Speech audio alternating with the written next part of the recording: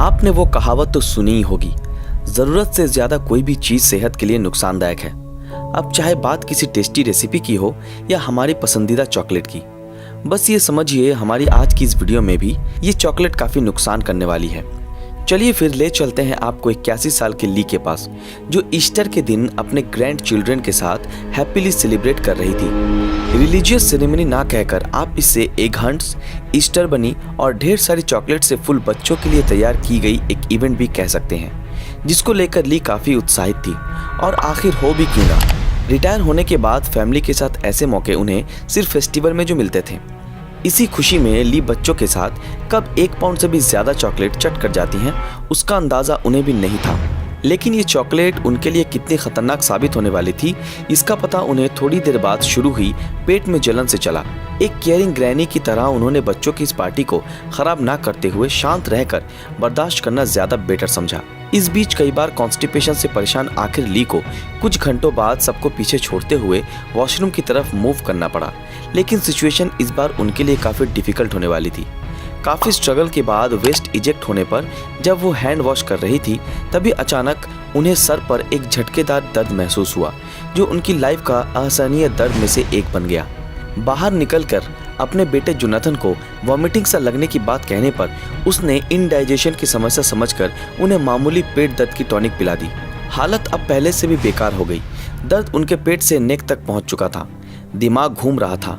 बाहर टीवी देख रहे फैमिली मेंबर्स को सडनली ली के तेज वॉमिटिंग करने की आवाज़ जोनाथन के कानों पर पड़ी, जिससे कंफर्म करने के लिए वो जब अपनी माँ के रूम में पहुंचा और उन्हें बेहोश पड़ा देखा तो वो शॉक्ड रह गए। एक भी सेकंड वेस्ट किए बिना जोनाथन ने 911 पर कॉल करके सीधे उन्हें इमरजेंसी में एडमिट कराया।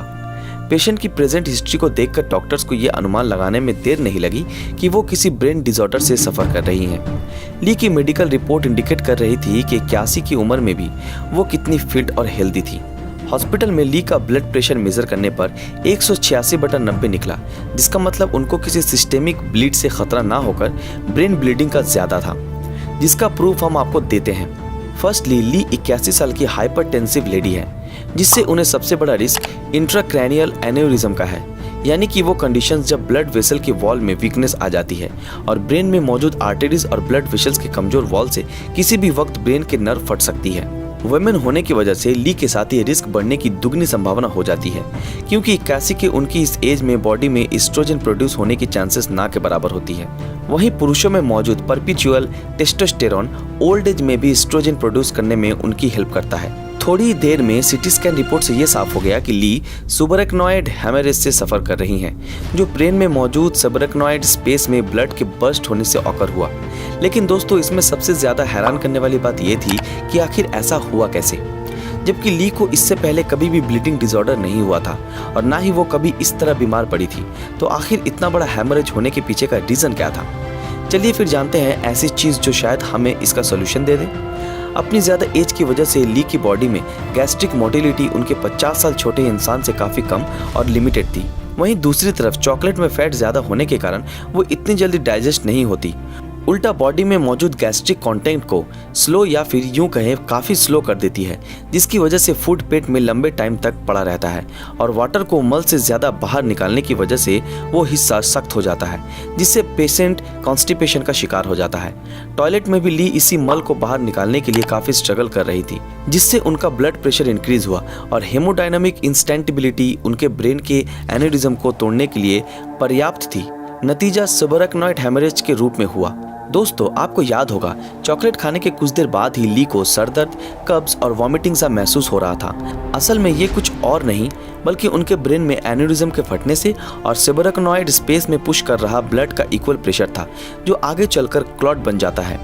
खैर, आईसीयू में एडमिट होने के बाद ये पाया गया कि उनके ब्रेन में दोबारा एन्यूरिज्म फटने के चांसेस थे, जिसकी वजह से उनके लिए अगला 24 घंटा काफ़ी रिस्की होने वाला था और अगर ऐसा हुआ तो उनके बचने के चांसेस सिर्फ 30% होंगे, जिसको प्रिवेंट करने के लिए उन्हें अगले कुछ दिनों के लिए एंटीफाइब्रिनोलाइटिक थेरेपी दी जा रही थी। दोस्तों, फाइब्रिन रिफर करता है उन प्रोटीन्स को जो ब्लड क्लॉट फॉर्म करते हैं। लाइटिक का मतलब ब्रेकडाउन और एंटी मीन्स अगेंस्ट। सिंपल शब्दों में कहें तो वो मेडिसिन जो ब्रेन में हुए क्लॉट को ब्रेक डाउन होने से रोकती है। एडमिट होने के 4 दिन बाद ली को अब देखने और सुनने में भी काफी तकलीफ होने लगी थी।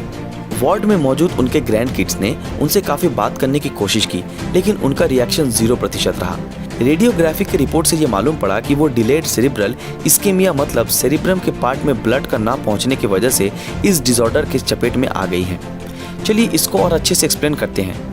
आपने देखा होगा जब हमारे हाथ में कट लगने से स्किन का वो पार्ट गर्म और सूज जाता है और वैसोडिलेशन के कारण वाइट ब्लड सेल्स इसमें एंटर करके बैक्टीरिया और पैथोजेंस को किल कर देते हैं, लेकिन ब्रेन के केस में स्कल से कवर होने की वजह से कोई स्पेस नहीं मिलती, जिससे ये प्रोसेस काफ़ी मुश्किल हो जाता है। सुबरेक्नॉइड हेमरेज जैसे केसेस में पेशेंट के साथ ये अक्सर देखने को मिलता है। करंट सिचुएशन की बात की जाए तो ली को निमोडिपाइन दिया जाता है, ब्लड प्रेशर की वो मेडिसिन जिससे हार्ट को बिना इफेक्ट किए वैसोस्पैज्म को कम करके उनके आर्टेरियल वॉल को रिलैक्स मिल सके।